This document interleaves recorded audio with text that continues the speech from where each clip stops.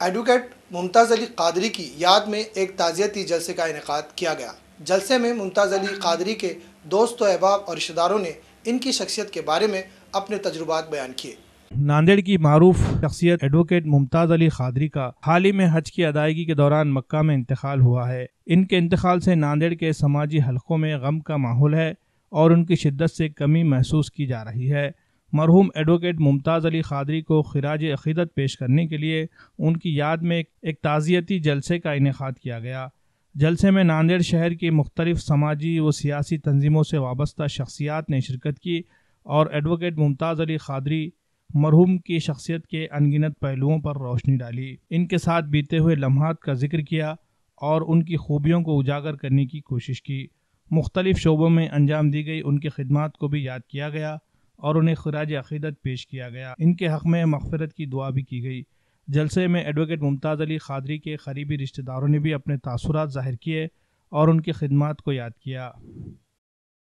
Saturday के दिन हम लोग 2 बजे मदीने के लिए निकलने वाले थे, तो उस दिन सुबह में उनको कुछ तकलीफ़ हुई। सुबह में उन्होंने 8:30 बजे उनके रूममेट जो थे, हमारे दोस्त भी हैं सोहेल भाई, उन्होंने दवाखाने को लेके गए। भाभी ने आके हमारे रूम में बोला तो तुरंत मैं भी विथिन 5 मिनट्स में हॉस्पिटल पहुंचा। तो देख रहा हूँ तो हॉस्पिटल में मैं जा रहा हूँ तो मीनवाइल वकील साहब का फ़ोन आया, आप वो मेरे रूम में से कार्ड लेके आइए, बोले जो एंट्री करना है। तो मैं वापस गया, भाभी से कार्ड लेके 5 मिनट्स में हॉस्पिटल पहुंचा। मैं पहुंचने के बाद देख रहा हूँ तो उनकी तबीयत काफ़ी सीरियस हो गई थी। तो डॉक्टर सलाइन चढ़ा रहे थे, चढ़ नहीं रहा था। फिर उन्होंने वैसी कोशिश करके मेरे को भी हाथ दबाने को बोला, मैं दबाया। पैर उनके रब करने के लिए बोला, वो भी किया। उसके बाद विथिन 5 मिनट्स में वो दम तोड़ दिए एकदम। मतलब ऐसा हुआ कि मतलब टाइम ही नहीं मिला उनको। और डेथ के बाद एकदम मैं देख रहा हूँ सामने था, मैं मेरे अलावा मेरे को नहीं लगता है कोई था, क्योंकि एक वकील साहब के साले साहब भी थे, उन्होंने भी बेचारे सुबह से थे, लेकिन वही टाइम में वो थोड़ा साइड में रूम के बाहर या वहीं चौखट में थे। तो जब उनका आखिरी सांस हो रही थी, डॉक्टर थे और मैं था, तो मैं बोल रहा हूँ वकील साहब क्या हो रहा, बोलते बोलते एकदम विथिन 1 to 2 या 3 मिनट्स में वो दम तोड़ दिए। और अभी हाल ही में वो सबसे ज़्यादा एक्टिव जो थे, यूनाइटेड सोशल फोरम, या आरक्षण के बाद में कुछ लोगों ने एक जगह आके एक खिदमत चालू की एजुकेशन एम्पावरमेंट के लिए। और हज को जाने से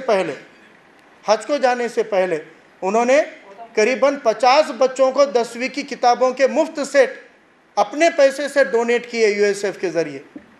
और हम उनको बोले कि साहब अभी आप हज को जाके आओ, क्योंकि हम सब लोगों ने बांट लिए थे 50-100 ऐसे, और 300 बच्चों की यूएसएफ ने जिम्मेदारी ली थी करने की।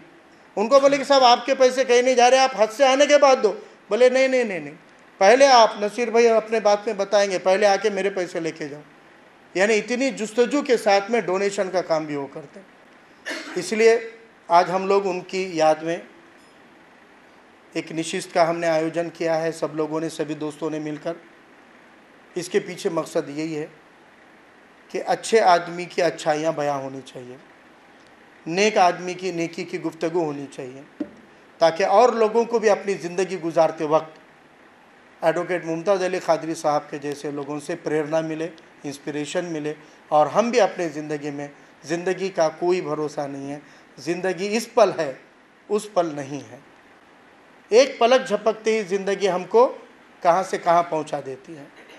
इसलिए हमारी अच्छाइयाँ, हमारी नेकियाँ, हमारी अच्छी आदतें, हमारी अच्छी नीयतें याद की जाती है।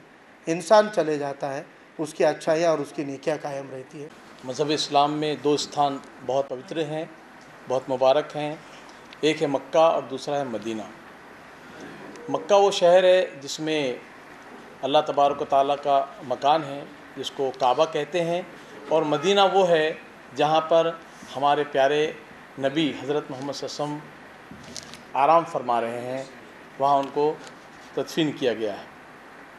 इस एतबार से हम सब मुसलमान प्यारे मोहम्मद सल्लल्लाहु अलैहि वसल्लम के ऊपर इतनी श्रद्धा रखते हैं, इतनी मोहब्बत करते हैं कि अगर हमारी जान से ज़्यादा अगर हम उनसे मोहब्बत नहीं करते हैं तो हमारा मुसलमान होना बेकार है, हमारा यकीन, हमारा ईमान मुकम्मल नहीं हो सकता।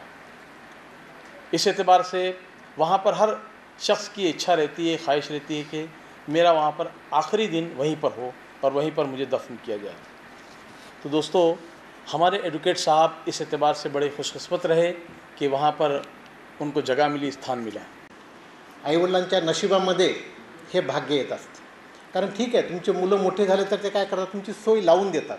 म्हणजे तुमच्यासाठी एखादी नर्स ठेवतील, तुमच्यासाठी एखादी काम करणारा मुलगा ठेवतील.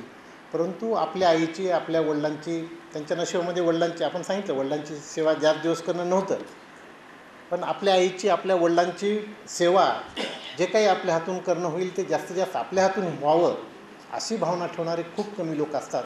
आणि त्यापैकी एक वकील साहेब होते. या ठिकाणी मला या गोष्टीची प्रकर्षानं आठवण झाली. और माँ की जो बात हुई, माँ के प्रेम के बारे में, अपनी माँ से तो सब प्रेम करते हैं. एक दिन मैं मैटर अटेंड नहीं कर पाया और वो मैटर थोड़ा कॉम्प्लिकेटेड हो गया. तो उन्होंने पूछा क्यों नहीं है, बोला ऐसा ऐसा मेरी माँ की, और उनको भी पता था, लेकिन उस दिन उस दौरान ज़रा ज़्यादा ही ख़राब हो गई. तो बोले मैं आपको खजूर भेजता हूँ. और वो शायद भूल गए थे और जाने के टाइम पे याद से मुझे फ़ोन करके बोले कि सोनी साहब, मैंने आपकी माँ के लिए खजूर लिया. और वो बारिश साहब के पास रखा, क्योंकि मैं उस दिन यहाँ नहीं था, बाहर गांव गया था. तो जो अपनी माँ पे तो कोई भी करता है, हम अपनी माँ से उतना नहीं करते. आज समझ में आया मुझे तो ये पता नहीं था, लेकिन मेरी माँ के प्रति भी उनकी क्या भावनाएं थी, कोई ज़रूरत नहीं थी. चाहे वो किसी भी कास्ट का हो, चाहे वो किसी का ये हो, उनके दिल में ये नहीं था कि फ़लाँ है, ये फ़लाँ है, फ़लाँ नहीं है. एक ही है कि हम एक माँ बाप की औलाद है. ये सिर्फ हम बढ़ गए हैं, मगर जो है मोहब्बत हमें आनी चाहिए. तो इस तरह से जो है उनमें एक चीज़ ऐसी आते आते इतना आ गई थी कि वो बहुत कुछ हासिल कर गए थे, जो आज हम देख रहे कि अब हम परेशान हैं कि उनकी अच्छाइयाँ हमें कब आएंगी, उनके वो खूबियाँ हमें कब आएंगी, उनमें उनकी डेयरिंग हमें कब आएंगी, उनके जो ये चीज़ें सोशल वर्क है हमें कब आएंगे, वो कितने साल लगेंगे. आज हमको ये लग रहा है, लेकिन वो करते करते करते वो इतना आगे बढ़ गए थे कि वो ऊपर वाला भी जो उस घर को आए तो बोले मुमताज़ भाई साहब कहाँ जाते हो, बढ़ जाओ यहीं आप. कि कभी ऐसा बोले नहीं कि बेटा मेरे को ये तकलीफ़ हो रही.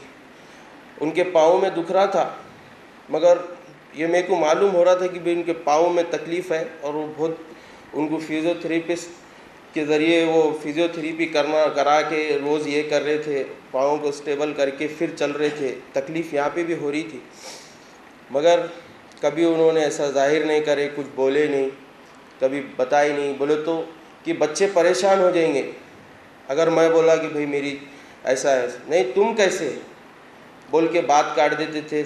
सबका पूछते थे, इनो ताया कैसे है, चाचा कैसे है वगैरह, सबका पूछ के बाद में आखिरी में ये ऐसा हादसा हुआ. 15 तारीख को मैं बैठा, पापा के ही फ़ोन से फ़ोन आया.